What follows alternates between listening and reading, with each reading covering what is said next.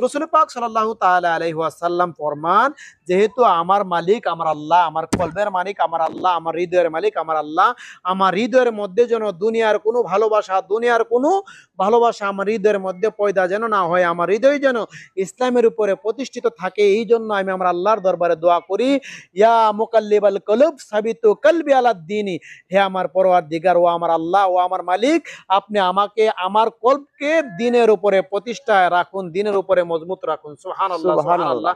তো আমাদের যাদের ইয়াং জেনারেশন আমরা যারা রয়েছে, আমাদের রাস্তাঘাটে চলাফেরা করতে যাই, সুন্দরী সুন্দরী মেয়ে দেখে তারা ব্রু প্লাগ করে, তাদের আই ব্লেন লাগায়, বিভিন্ন মধ্যে অনেক জিনিস লাগানোর কারণে তাদের চেহারা খুবই সুন্দর দেখা যায়। আর এই জন্য আমরা ইয়াং জেনারেশন যারা আছে, আমরা তাদের দিকে তাকিয়ে থাকি, চেয়ে থাকি।